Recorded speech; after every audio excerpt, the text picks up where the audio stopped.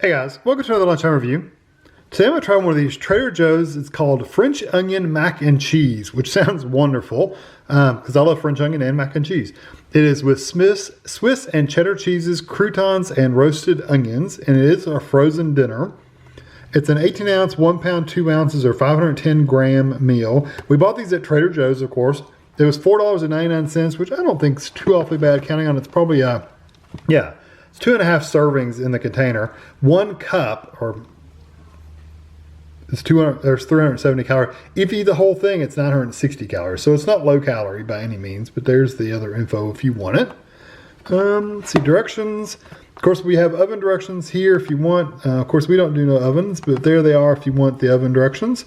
Microwave directions, you're going to cook from frozen. Remove tray from box and puncture holes with a fork in the plastic film.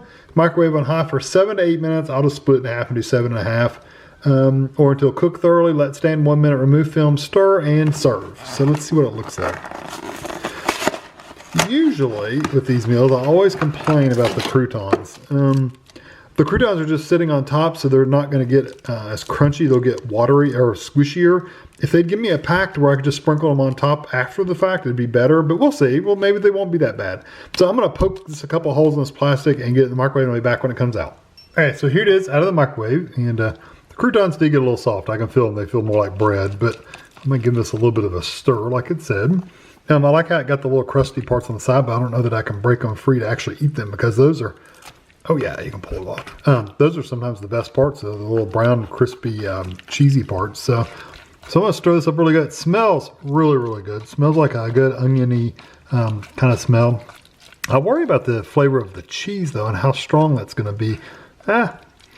Is it just going to be oniony or is it going to be cheesy or what? So anyway, I think it's on this little mat I can clean up pretty easily. So I'll let this cool off. You can see the steam rolling off of it. And I'll be back once it's cool off and we'll try it out. I gave it just a minute or so to cool off, so not a really long time. So here's the bite I'm going to take. Of course, I have to take a bite that has some of that crispy cheese on the sides. You definitely get the hit of onion.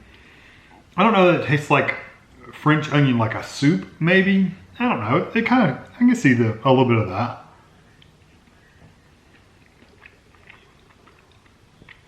The croutons themselves are pretty soft. It hit a really soft, not soggy bread, but just like a soft bread, like a loaf of bread. They're not crispiness. There's no crispiness to them at all.